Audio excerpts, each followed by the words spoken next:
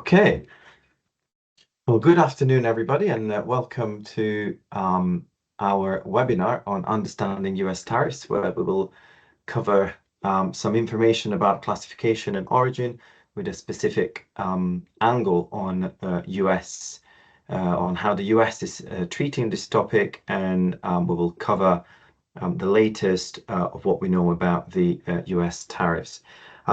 Just a little bit of housekeeping. We have a Q&A section enabled. Chat is disabled and it will not be monitored for this call. This call is being recorded, and we will share the link of the recording with you together with a copy of the slides if you have indicated that we can communicate with you. So do please put your questions in the Q&A. We will do our best to answer in the time that we have.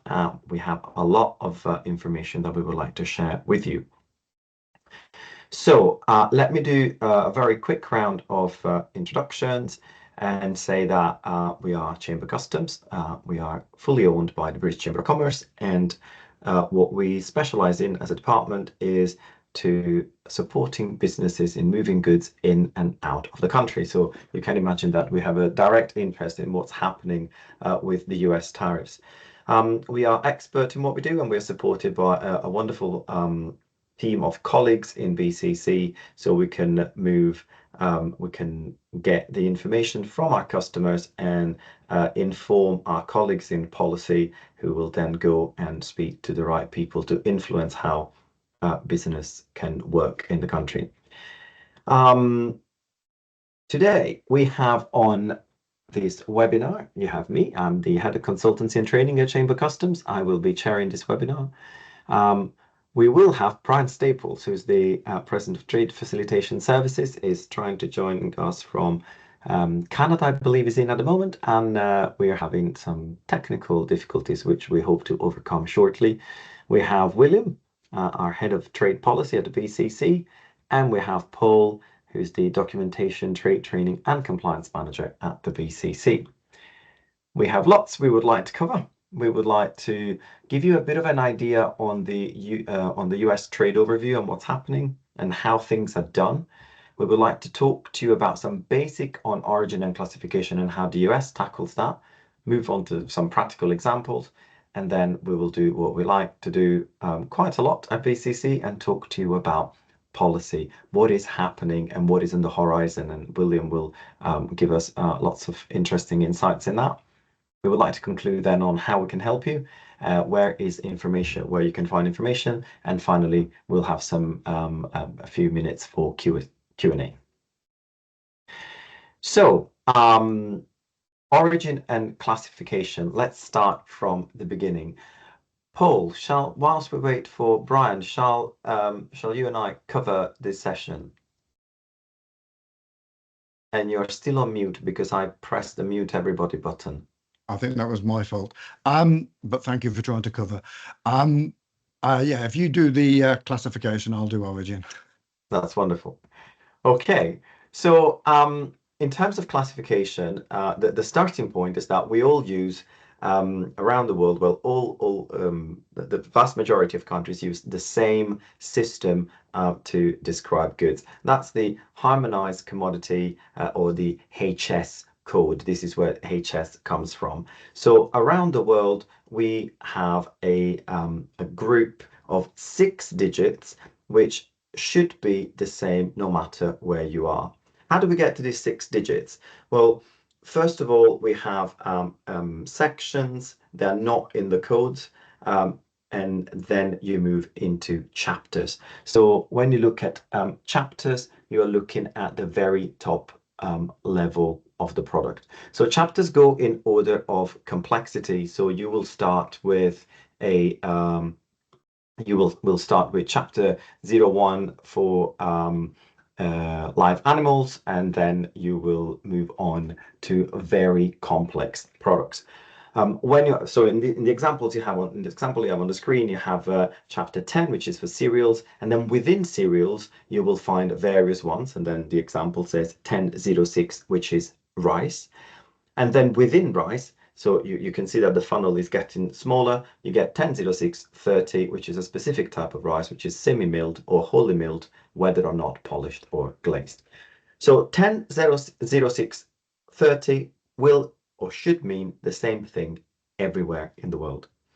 Now, this is not sufficient, and then individual countries, each country adds more digits to further break this down to talk about measures that are involved, for example, in importing or exporting these goods, and what level of duty they want to change. So there is a further level of refining this description. The interesting thing for you to know and to notice, if you don't know already, is that after the 6th digit, each country has autonomy, which means that digit 7 and digit 8 may be different in the US compared to what we have in the UK, and so on and so forth. So we've got to be really, really careful about the codes we use. When we look at the tariff in the US, we are used in the UK to go into gov.uk. We go on to volume 2 of the tariff, and we actually look up a code, and we are quite used to a certain presentation of that information. What you have on the screen is an example of how the information looks on the US HTS, right? So that's the US Harmonized Tariff System. So what you have here is on the left, you can see the heading and subheading, and then you can see up to the 6 digits, and then you see the additional codes. And then you can see what you have in terms of description, in the article description.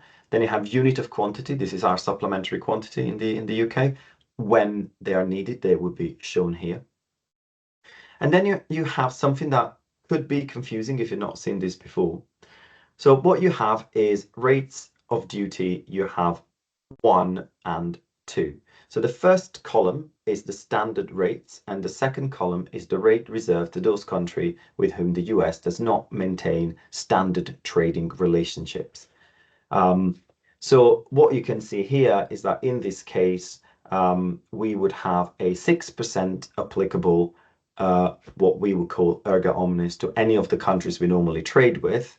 And then we have in the special all the reduced rates of duty that are applicable when you are importing goods into the country.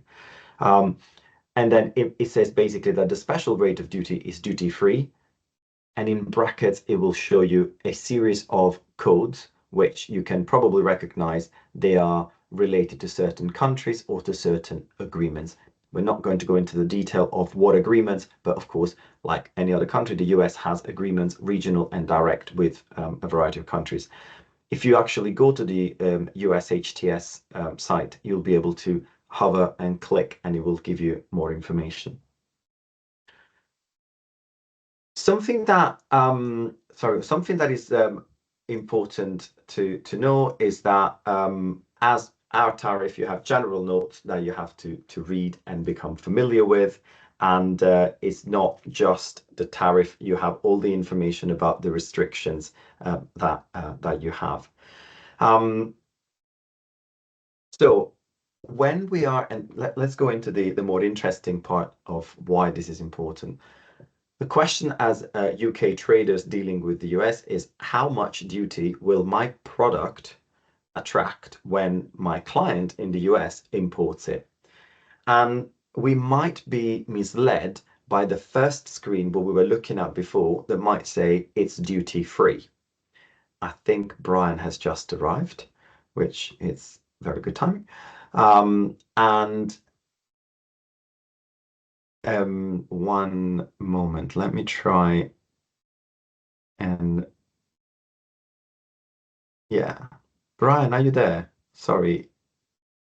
Let's see if Brian is here.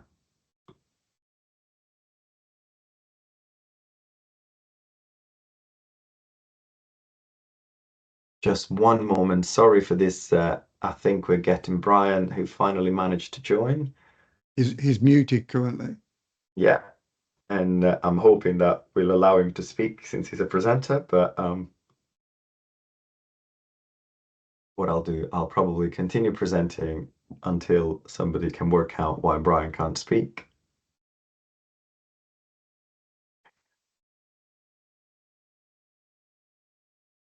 I shall continue. So one of the problems that we might have is that we see a certain rate of duty on the main tariff, and being of use to our UK tariff, we're not prepared, we're not ready to understand that there is more. So in the US, you don't have all of the measures in one place. So what you have to do is you have to read the generic notes plus everything else, like the executive orders and anything else that could change what you found on the tariff. This is what has really created issues and questions for our clients, the clients that we normally help at Chamber Customs, when they ask, okay, how much do I need to pay? So the example here is, for example, for auto parts, and then we have a specific tariff quota on auto parts produced in the UK, where we need to understand that there is a tariff on auto parts plus an additional tariff by executive order that becomes applicable. I'm going to leave that for now, and I'm going to let Brian cover it when we fix the issues that we're having. When you look on the information on the executive orders, you will find these kind of long lists, which are also quite specific, which will actually explain all the commodity codes that are involved in this measure. These are US commodity codes.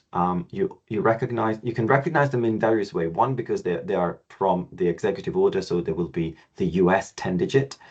And two, because they normally split 4.2.4. That's the other format that you recognize. You need to bear that in mind. I know that I'm insisting on this point, but actually that 10-digit could be different in the US to what it is in the UK. And later on, I'll tell you about an example that we've been dealing with.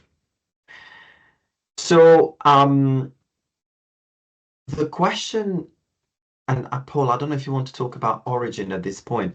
The question that a lot of our clients come and ask us is, does our work in the UK make the product of UK origin? Because of course, depending now on the origin of the product, a different rate of duty will apply. So Paul, I don't know if you want to cover no, how. If you want to skip over this, I'll cover it when I do my presentation. Oh, we can see Brian. Brian. Good afternoon. Brian. Can we hear Brian? Can you hear me? Yes, we can. Welcome. My apologies. I have no idea what happened, but I'm sure it's likely my fault because anything technology like this, it's good. But it seems that you've gone through my slides very professionally, and I think if you, I'm happy to go back if you want to add anything that I might not have covered as thoroughly and expertly as you might have done. Let me just add a few quick points, if I may. And once again, my apologies to you and all the participants. But I guess the important thing is not only is the U.S. tariff different looking than most other tariffs, and then it has several columns for sort of WTO rates, special rates, and general rates for the people that we called certain entities of concern, so Korea and Cuba and the like, Russia. So that in itself is a difference, and it is a 10-digit system in the States, which is a difference. But I think the biggest difference relates to what I just call the notes. Okay, so there's notes that are part of the tariff, the U.S. tariff, harmonized tariff system. And you, at the end of each chapter in the HS, it will direct you to the notes, or you might be aware of the notes by another means. But those notes you can't really read the HS, the US HS, without reading those notes. And those notes can be as broad as the general notes of interpretation for the HS, but it also includes the free trade agreements, such as the Canada-US free trade agreement. So reading the tariff cannot be read without the notes. And those notes also express in Chapter 99, they express all the other temporary forms of legislation, including the agreement with the UK. And so I think there was a slide there where we run through the sort of the hierarchy. It starts with an executive order. It often, as such, goes to the Federal Registry. Then that comes out ultimately in a customs notice. But the fact of the matter is that if you're entering goods into the States, there has to be a reference to the note. And in the case, all these notes for special agreements, like the one you have with the US, are Chapter 9903 notes. There's literally hundreds and hundreds and hundreds of those notes in the US tariff. And so it specifies, like, if you want to claim 10% going into the States, you have to have the Chapter 9, the 9903, whatever, for auto parts. And that's in something called the customs guidance. And that note will take you to that list of tariff items that you just came across. And so it just sort of emphasizes the sort of complexity of reading it. And I can tell you that many people that are supposedly specialists in this are still having difficulty with it. Some of the larger companies are having a hard time updating their systems to reflect these, because there are hundreds of 9903 notifications. The U.S. Customs tariff that usually gets changed once or twice a year has already been changed 25 times this year and counting, to reflect all the deals that are in place. So that's sort of my thing on the to get to the UK deal specifically. The other general note I would say is that, or the observation I'd make is that, just to emphasize the unbelievable importance of HS literacy and HS accuracy in everything to do with trade compliance, not only in the UK-US deal, but in every aspect. It's really, you've heard me use the expression in the past, it's your mother and your father. You can't really do trade without HS, because HS has become an international meta language for all trade. And it's your key to getting minimizing unnecessary duties, maximizing savings. And it's you really can't have any sort of meaningful compliant record or client's approach without an HS database. So it's you get the HS wrong, everything else that you do will be wrong. And then so there you go. And Paul, if I can just make two quick comments on origin. Okay. Of course. Because Paul's going to address this more comprehensively than I only have one or two slides here. So let me just say about the what does produced in the UK mean? Because if we see in the previous slides, it says you only get these benefits if they're produced in the UK. So uncharacteristically, in most FTAs, product-specific rules or list rules, up to 75% of all the preferential rules of origin in free trade agreements around the world are HS rules or tariff shift rules, where substantial transformation is expressed in a tariff shift from one to the other. So that adds a certain, it builds on the HS as a meta language. It's somewhat objective. It's not perfect, but it just doesn't apply with the United States. Okay, the United States uses this doctrine, a substantial transformation, and that doctrine is a legal doctrine, and it's not based on the HS. It's based on the which Paul will get into, the name, use, and character of a product. So that makes it much more subjective. Two other quick notes on the process of substantial transformation in the States. One of them is that it's very clear every decision that they make says that each case must be decided on its own merits. Okay, so there's, in a sense, there's no precedent. Okay, because so they can't really make a mistake. If they make a mistake in one determination, a substantial transformation, they can change their mind the next one. So it's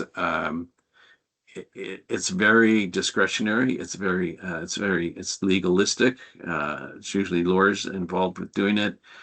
At the So there's two things to keep in mind. One of them is you might have to go for a ruling for substantial transformation because it's ultimately up to the country of import to determine that.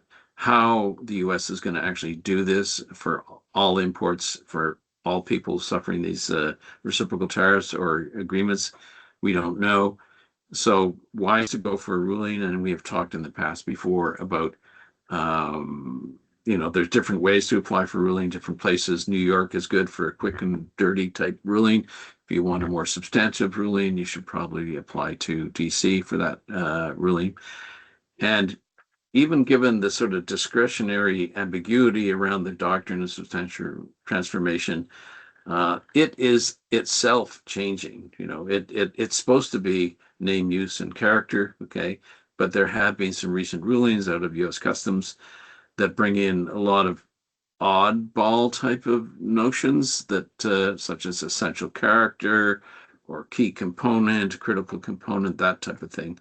So as difficult it is to grasp the substantial transformation, you have to be aware that it's also changing, and that means that probably it's best to get either a ruling from U.S. Customs or an advisory opinion from a specialist in this area. So those are my comments. Thank you for reading my PowerPoint slides. They're probably a little cryptic and Delphic, but I'm glad that I'm finally here and happy to answer questions as things go forward.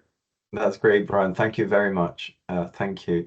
So if we can move to Paul and talk about origin, because together with the important decision on what code to use, the next one is where does this product come from and what origin can we claim, because that drives tariff as well. So what can you tell us about that? Thanks, Emmanuel, and good afternoon, everyone, and my fellow presenters. Can you move the slides forward? I think we need to, because I will cover that in my slide anyway. So, and we've covered theirs. I think you did that. Here we go.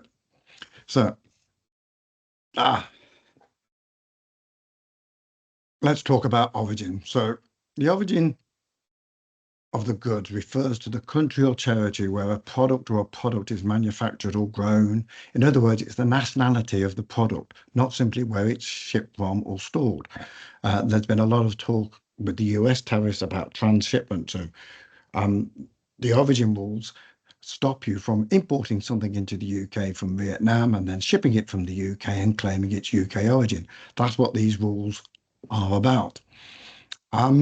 Origin doesn't change because goods are moved across a border or held in a different country. It changes under specific circumstances, typically when there is a sufficient processing or transformation. Understanding origin is critical. It affects tariff rates, eligibility under trade agreements, and compliance with customs regulations. So it's vital that you map your supply chains at component level and keep documentation up to date, because at any time you could be asked to prove the origin. At this point, we should probably talk about preferential and non-preferential origin because they often get confused. Non-preferential origin underpins the requirements like product marking, quotas, and trade defense measures. Preferential origin, on the other hand, is about securing reduced or zero tariffs under special trade agreements, provided the rules of origin are met. So in a trade agreement, there will be specific rules linked to the HS code that you have to meet in order to claim the origin of the goods.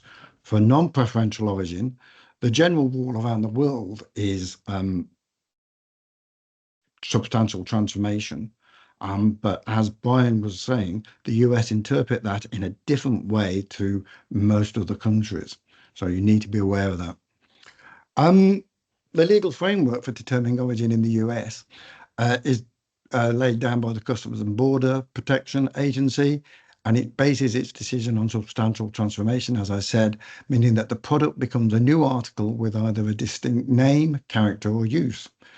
These determinations are made on a case-by-case basis, considering the total circumstances rather than just the changes in the tariff classification. But if you're used to trading internationally, you will be familiar with the process of substantial transformation. It is written into most trade agreements, such as the UK-EU trade agreement. So what do these three tests mean? And you have to satisfy one or more of these in order to claim that you've changed the origin of the goods. Hi, Emmanuel, are you keeping up with the slides? Because unfortunately, I can't see them at the moment. Thank you. I'm doing my best. Thank you. The first test is the new name test.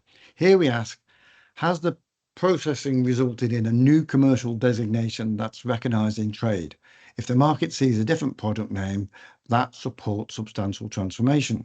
Simple relabeling, repackaging, or mixing won't pass this test. For instance, turning ingredients from multiple countries into cookies in another country creates a product with a new commercial name. You've gone from flour, butter, etc., to cookies. So that is that would generate that would be a substantial transformation. And again, it's important to keep records of these specification markings, etc., so that you can evidence anything that you may want to make a claim on later. The character test. The second test is a character test. This focuses on whether the essential nature or properties of the product has changed. Think composition, structure, or performance. Qualifying transformations include chemical reactions, metallurgical processes, or complex machining that significantly modify the product. Simple actions like dilution or minor finishing generally don't qualify. Supporting documentation such as process flows, technical specifications, and inspection reports are key to understanding the claim. So again, keep the evidence there. And finally, the third test is new use. Here we determine if the final product has a new predetermined end use that's distinct from the original components. For example, converting raw material into machine parts or assembling electronics into devices demonstrates a clear change in use. If the inputs were already dedicated to the same use, simple assembly may not shift the origin. Evidence such as product specifications, user manuals, and market applications can support your claim under this test. But as you can see, none of these are really specific. So as Brian said, it's really important to get professional guidance on if you have any doubt whatsoever about the origin of your product. And for the UK, of course, this can be a real problem. It means I think 75% of our exports start life as an import. So most of the exports we do in the UK actually are made from materials that we import. So these kind of origin rules are really important to the UK. You can, as Brian said, get binding rulings. These are really quite important. If you make a claim under US Customs, they'll want to show that you've done some due diligence to prove the origin when you claimed it. Otherwise, again, you could be fall foul of penalties, etc. So make sure that you've done the work to determine the origin before you make any claims. And as Brian said, this is on a case-by-case basis. It's quite feasible that two virtually identical products, CBP could decide have different origins, even though they look, even though they're essentially the same product as far as you would decide from the outside. So a quick recap: identify the origin and process locations for all your imports, map the transformation process and evaluate if the results, if this results in a new name, character, or use. Compare your operations against the minimal processes, which you will find listed in most of the cases, and gather all supporting documentation, process descriptions, inspection records, etc. And if you have any doubt, get a binding ruling, or at least make sure you get some advice so that you can show the due diligence. However, all this obviously comes at a cost. So As Brian said, if you want a binding ruling, that usually goes to lawyers in the US, and of course that's not cheap. So bear that in mind. Back over to you, Emmanuel. Thank you, Paul. It's quite a challenging task, and we get quite a lot of requests for help. Definitely, the three tests is something that I think our audience will take away, because that is, as Brian said, uncharacteristic, and that's quite typical to the US. But that is the approach to understand if your product has acquired a new origin. I think that. Oh, sorry. I mean, just to say, although Brian quite rightly says there is no precedent, there are lots of they do publish all their cases and their decisions, so you Yes. can look for similar products to see if how origin was determined for them, and that can be useful. But again, it's not because it's not a proper precedent. Then you may need to take it with a pinch of salt, but it would give you good guidance. And this is the interesting thing, because the nature of obtaining rulings in the state seems to be based on kind of litigation. So you put your request through, you quote your previous cases, you do your research. It can be a little bit more involved. And so the advice that we receive is like, although you can just go and apply online, because this is an open process, it might give you better results to work with a consultancy firm here or a specialized firm in the States, depending on what's at stake, depending on what you're playing. The other thing that we learned is that having that information, as you said, Paul, gathering support and documentation, having that due diligence dossier handy could be very helpful for you, and to provide to your client to actually explain how you've done your work. Of course, this is relevant and is the responsibility of the importer of record. So is the party that is legally importing the goods in the States. And for UK traders, you're only going to be the importer of record if you are importing under DDP terms. Otherwise, you shouldn't figure as the importer of record. Which brings me to the DDP import risks. Do you want to talk about that, Paul? And what issues there are with importing DDP? I can do if you wish. I seem to have we seem to have taken over. So DDP, the Incoterms are set by the ICC in Paris. It's where delivered, duty paid. So basically, the person exporting the goods is also responsible for importing, shipping the goods to the buyer's desired location, but also paying all the tax and duties applicable. And this can cause all sorts of problems. Not only does it make you liable for the import if there's anything wrong with it, but you have to pay the tax, and so you may need entities in the US. And it's not just the US that DDP is an issue. It's an issue pretty much anywhere, even if you're importing into Europe, because then you have to find ways of claiming the VAT back, etc. So sales taxes can be a problem. So really, if you can avoid DDP, that is our best advice. But sometimes commercially, you have no choice and you have to use it. Yeah. Thank you. Who was going to cover the state of global trade in 2025? Thank you, Emmanuel, and hello, everyone.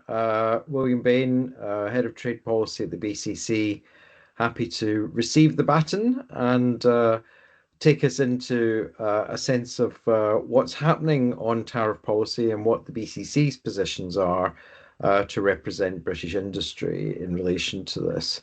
And the timing of our webinar today could not be any better, because tomorrow is going to be the start of a very important court case in the US Supreme Court on the legality of some of these tariffs, whether the President of the United States has acted within his constitutional powers or whether there has been a misuse of those powers. And it's important, I think, to reflect on the kinds of tariffs and the different tariffs that have become part of the lexicon of international trade from us all here in the UK and overseas this year. In terms of the tariffs on steel products, aluminium products, and downstream products of both of those alloys, the authority that they were made under is Section 232. And the basis of that is national security, concerns by the US about, some of the practices going into the making of those products. And therefore, national security is the basis to impose tariffs. And these are applied in areas now, including timber and lumber, some derivative products of timber. If there are subsequent tariffs, and we're expecting decisions soon on this in terms of pharmaceuticals and semiconductors, those would also be 232 tariffs as well. So those tariffs are not in question in the court case, which is going to start in US Supreme Court tomorrow. It is what we would call the IEEPA tariffs. So tariffs made under the authority of the IEEPA legislation going back to 1977 in the United States.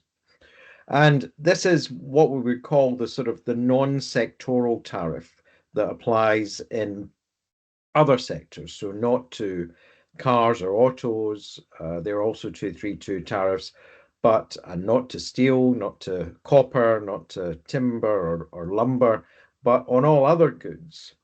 And in relation to these, of course, we've seen quite a departure from the previous position, whereby the US treated all countries the same in terms of applying an MFN tariff. These IEEPA tariffs are stacked on top of the MFN tariff for the sectors where these goods are involved. So if it's clothing or food and drink products or toys, then it's these IEEPA tariffs, which are the additional tariffs which will go on to your good. And they're country specific. So in terms of the UK, under the arrangements made, in terms of the president's decision and not disturbed, of course, by the EPD, the rate applicable, the increment on top of the MFN rate is 10% in terms of our goods. The EU and Japan have made deals with the United States, and the overall rate that they pay, an all-inclusive rate on their goods, is 15%. So that means that in some cases, the UK deal is a little bit better. So for things like spirits and wines, the duty payable in respect of UK origin spirits or wines is lower than that paid in respect of EU goods or Japan goods. But in other areas, for example, clothing and textiles and footwear, it may well be that the EU duty on their goods is lower than the duties we face on those goods coming from the UK. So it's quite an interesting picture, and important to remember that in all of the coverage you're going to see over the next week as the case begins, and we may get a decision before Christmas on this, that's the IEEPA tariffs that are in question and not the 232s. The other thing which is important to remember about tomorrow and the US Supreme Court case is, even if the president's decisions are invalidated by the Supreme Court, and that is by no means guaranteed, as ever with legal matters, you get a couple of lawyers together, you'll get about 4 different opinions. So even if these decisions are invalidated by the Supreme Court, there is other legal authority the president can turn to in the United States to effectively reimpose the tariffs. So the Trade Act 1974, for example, would provide authority to put on tariffs on an erga omnes basis to the whole of the world, 15% for 150 days. So effectively, you would see that there is other legal authority available whilst the situation would be sorted out. But something to watch for this week, something to factor into. It's adding to the uncertainty around US trade policy, the imminence of this Supreme Court process. But look, turning back to business, geopolitical uncertainty is a major issue this year for businesses. It comes on top of the war in Ukraine, the disruption in the Middle East, and to see these fluctuations and higher costs coming from US tariffs has been, a bit of an unwelcome impediment to businesses seeking to sustain their export growth into the US. We've seen in the UK, for example, year-on-year decline, August 2024 to August 2025, of around 13% in goods exports from the UK to the US. So that is illustrating the toll that this uncertainty and the higher costs are taking upon goods exports in particular. Now, the latest, if we go back to the previous slide just a second, Emmanuel. Yeah. So the latest WTO forecast for global goods growth finds that because we've seen lots of fluctuations, a lot of activity going on in the early part of the year to get ahead of the tariff wave. Exports were going hugely into the US from many countries in the early part of the year. Overall, you balance all these things out, there's still 2.4% global exports growth this year, says the WTO. But next year, as the adaptation to these new tariff rates is more or less complete, that cools quite drastically to 0.5% growth. And if we look at what the effect that this is having in terms of US economic output, well, compared with the forecasts from this time last year or early this year, US economic growth forecast by the Yale University Budget Lab, for example, to be 0.4% lower in the long term than if these new tariffs had not been imposed. So we are seeing a reduction in US economic growth relative to where it would have been. We are seeing, in relation to countries like India, trade data from yesterday, that now with them facing 50% tariffs on their goods going into the US, their exports have fallen by 37%. And you can see the dramatic effect that these higher costs have had. And of course, higher tariffs now on India than on China following the deal last week that we'll come to in a few minutes. And in terms of BCC surveys, nearly 70% of exporting manufacturers who replied to our survey in January said they were concerned by the impact of tariffs. And it's extraordinary if you look at the graph on the left-hand side in terms of the revenues which are coming in from tariffs, a lot of stability really over the last 20 or so years. As tariffs were cut progressively by administrations from the 1960s onwards. But then you see right at the end of that graph on the left-hand side of the slide there, revenues from tariffs shooting up as at the end of July, as the highest average tariff since 1934 were imposed on many goods imports going into the United States. So 18% is the overall average tariff, taking into account all the twists and turns that have been this year. And what's that meaning in terms of some commodities and goods? Well, US leather and clothing prices up 28% and 40% respectively in the short term. And when things, work out over the long term, those rises are still at 10 and 14% respectively over an extended period in terms of US imports. So a considerable impact on companies overseas exporting into the US, lower sales and higher prices and lower economic growth than otherwise would have been the case. So that is the impact that we're all having to face with. And on our next slide,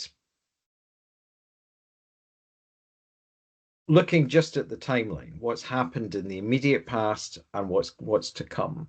So August was quite a busy month. We saw new duties to deal with transshipment coming in at 40%. very important as the US was concerned that goods were being transshipped from China through other Southeast Asian countries. And these tariffs are there to choke that off.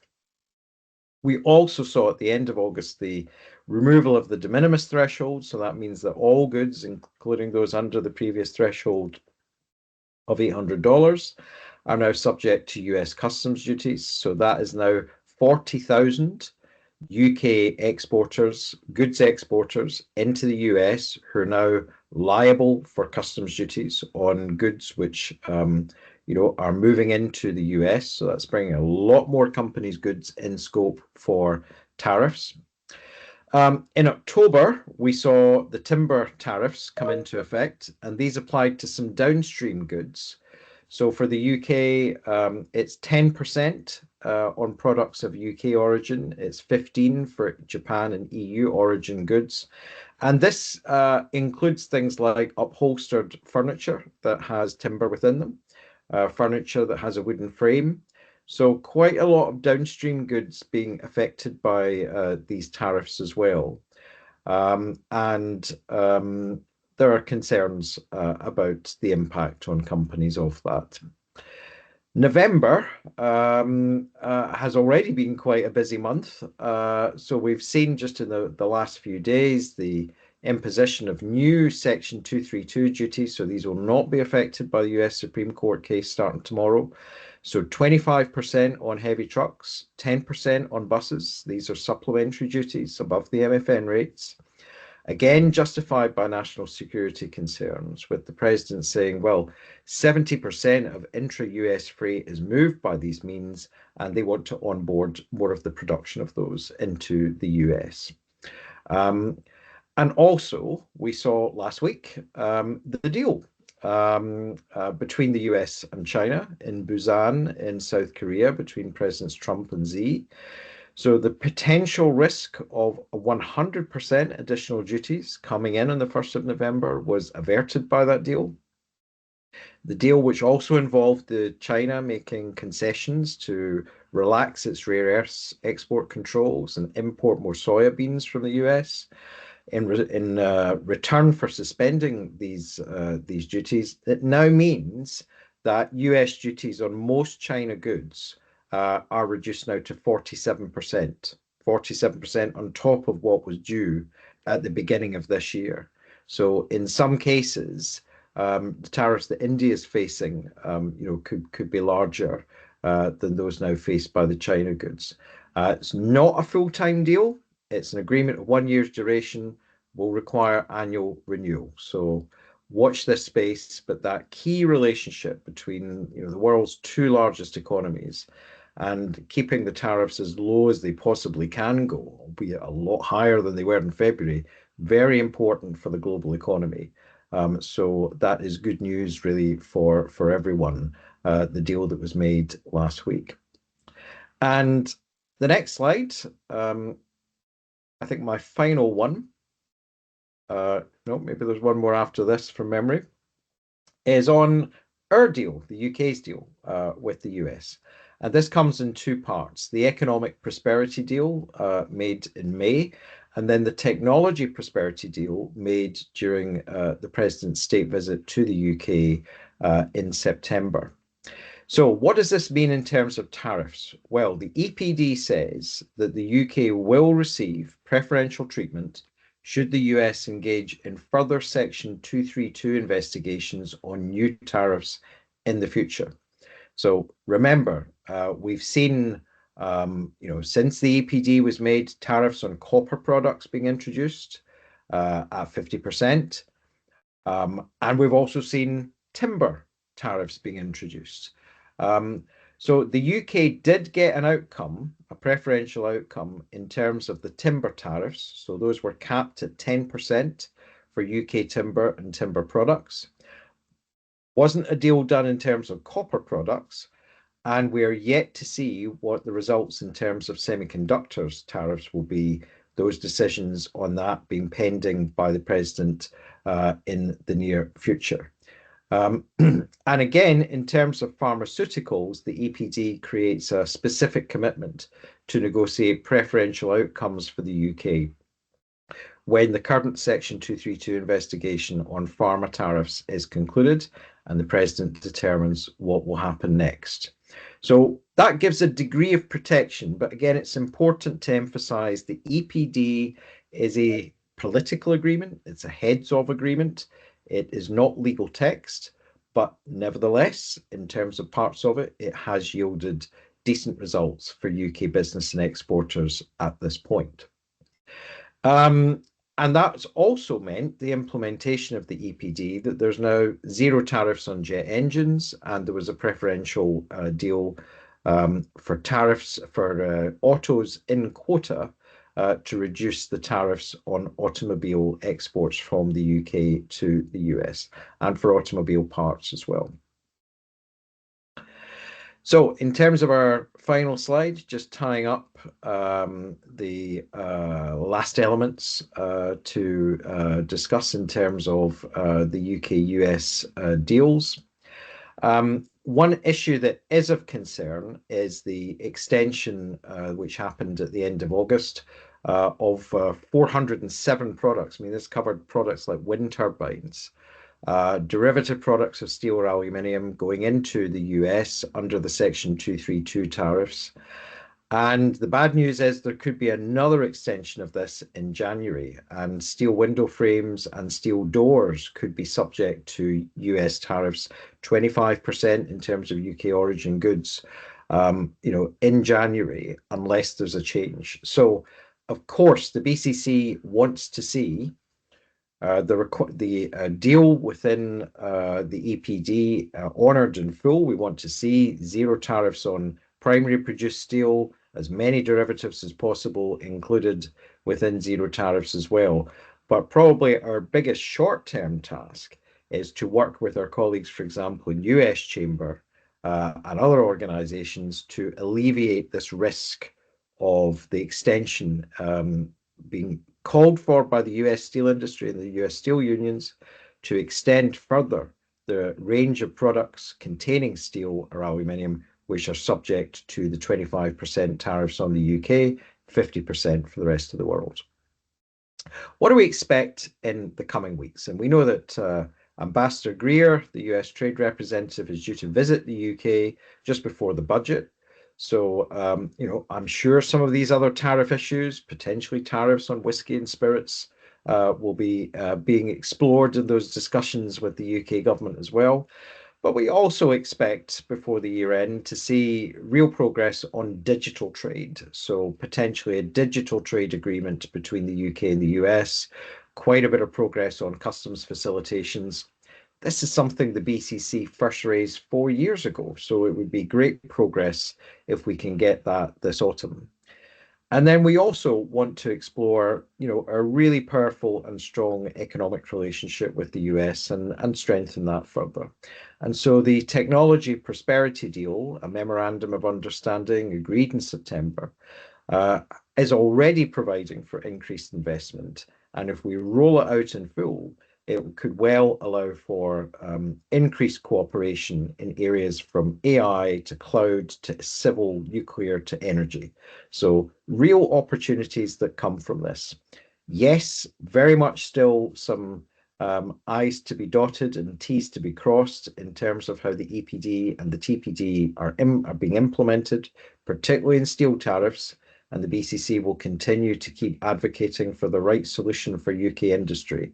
But we are seeing that negotiation has produced some progress, and keep watching this space through Chamber Customs and the BCC to get the best advice, our up-to-date US trade tariff explainer, and to keep liaising with all of us here in the team to make sure you get the advice you need for every business that needs it at the right time. And together, we'll carry on exporting. And back to you, Emmanuel. Thank you so much, William. That's, as always, very insightful and very detailed. And isn't there a lot of detail that we have to be careful with? So we only have a few minutes. I've been furiously answering questions where I could. So I wonder if we want to answer Brian, Paul. There's a couple of specific questions.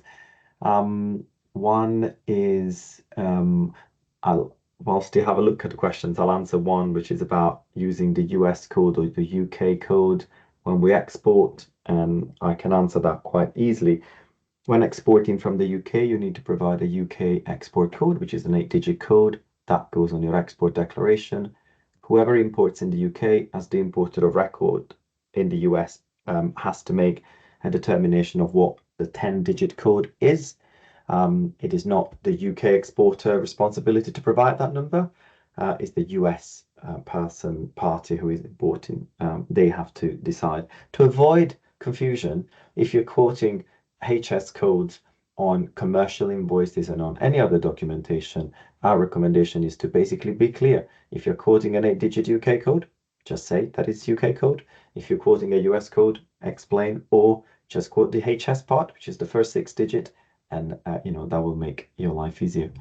Paul, there is a question about some countries reportedly still using the 2017 update and not having moved to the 2022 update of the HS.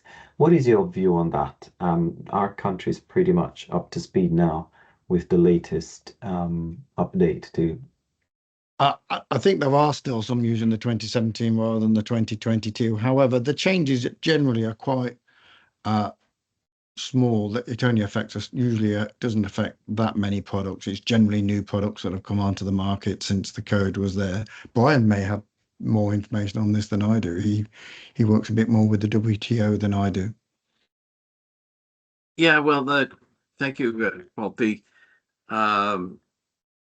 So this is a problem globally that some countries are way behind on even later than the 2017. And it just so happens that there's the International Chamber of Commerce has a Customs and Trade Facilitation Commission, and under that commission is a newly formed origin working group. And we're just happen to be I'm the chair of that group, and we have narrowed down from 7 issues to 2 issues to look at, and one of them is this updating of the tariff to the most recent tariff. Some people call it technical rectification.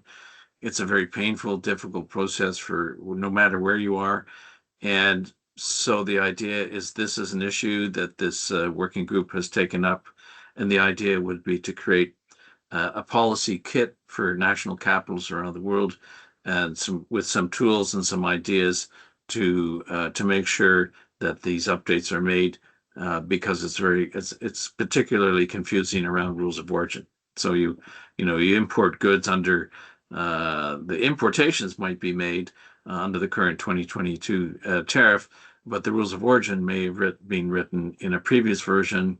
So you end up with these anomalies where you don't have a rule of origin for a good that you just imported.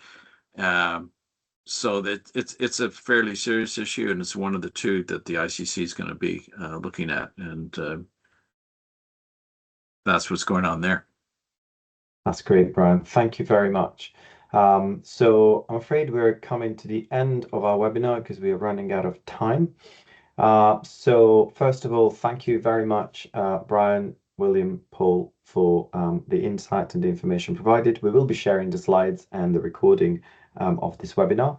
And why not join us for the next one, which is going to be what UK exporters need to know on CBAM. That's another hot topic that we thought we'd bring to you as part of the International Trade Week 2025. That's going to happen tomorrow at 2 o'clock, same channels, and make sure that you register for that one. And before I say the final goodbye, just a quick reminder that we have our Driving International Trade Conference booked for the 26th of March 2026. We're back in London with some more incredible speakers and really top level information to share with business around the country. So thank you very much. We hope you've enjoyed this webinar, and we look forward to seeing you next time. Thank you.